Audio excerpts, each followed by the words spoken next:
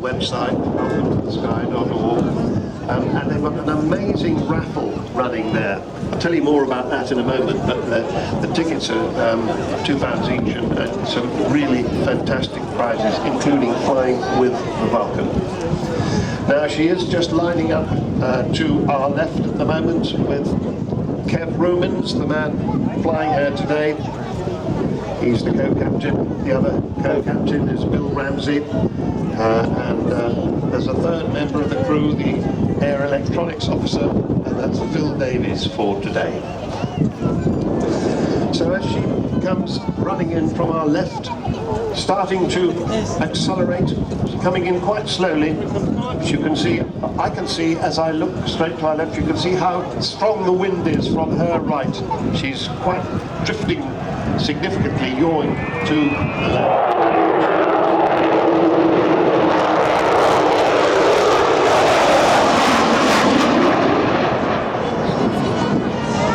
Didn't I tell you?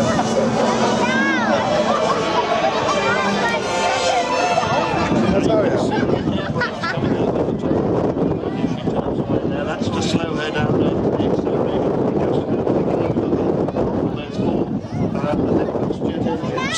About £16,500 of static thrust from each of those, £65,000 in total.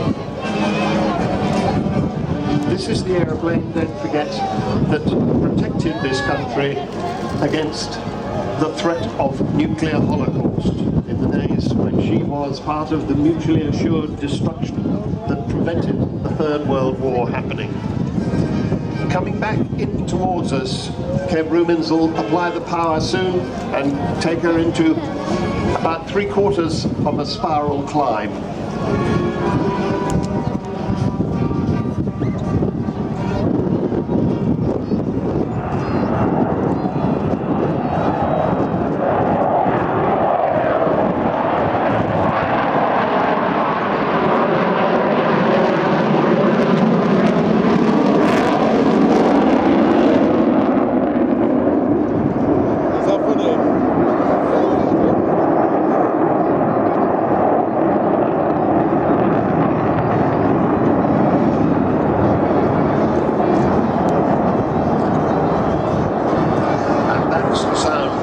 £65,000 of static thrust, and that was intended to carry an amazing bomb load. After she stopped being a nuclear bomber, when she handed that awesome responsibility over to the Royal Navy, she became a conventional bomber, and she was able to carry 21 1,000-pound bombs in a huge bomb bay, which we shall see later.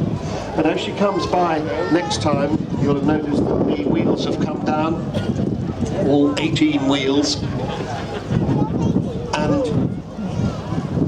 that's just to show what she looks like with the wheels down, because sad to say she won't be landing here today. There isn't quite the runway for it, but this is what she would be looking like if she were coming in to land. Perfect.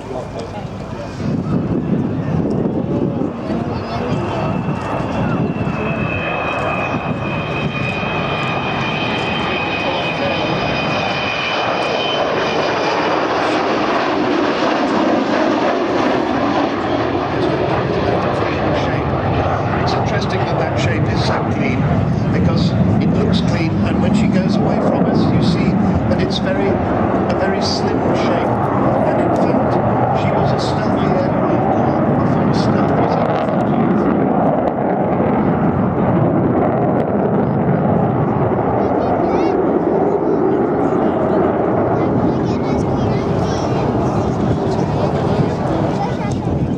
Well, I was talking about the conventional bomb load.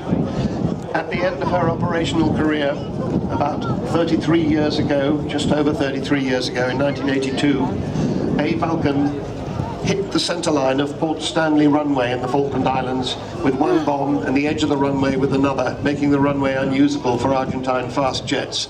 And until the Gulf War, it was the longest bombing raid in history, 7,760 miles round trip. About the same as from here to Bali in one hop. And it took no less than 18 air-to-air refuelings. The thing is, though, they had to drop 21 of those bombs to be sure of just having 2 of them hit the runway, because these were Second World War dumb bombs, and that's what they had to do.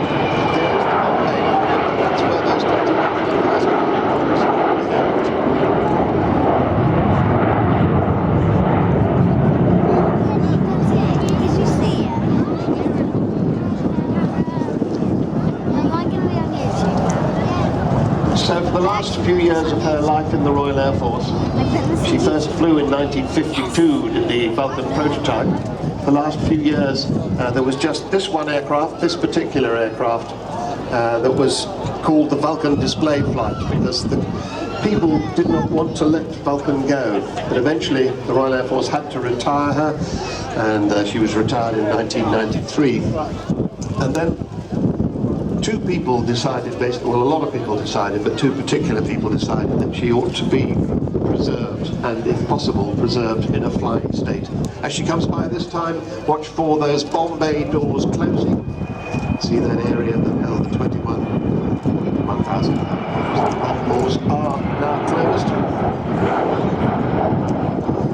So in the 1990s, David Walton and his family, who bought this aircraft from the RAF and all the spares, and Dr. Robert Fleming, who decided that he ought to form something that eventually became the Vulcan to the Sky Trust, to keep this magnificent aeroplane flying.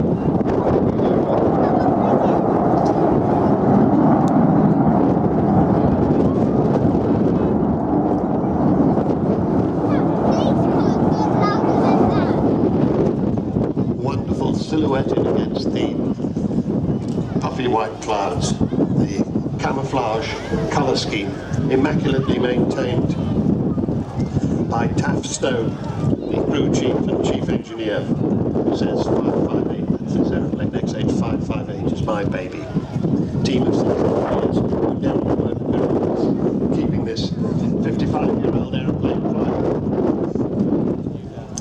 And her number 558, 55 years she's been flying this particular aircraft, and 8 years since she was restored.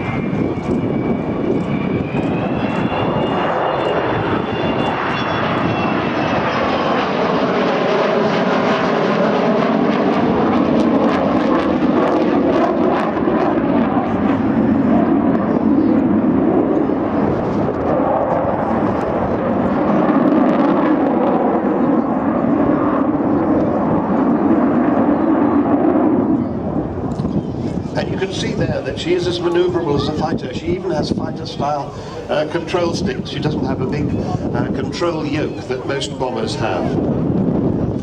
She now lives at what used to be RAF Finningley. It's now called Robin Hood Airport, Doncaster, Sheffield. She was actually stationed there in this aircraft.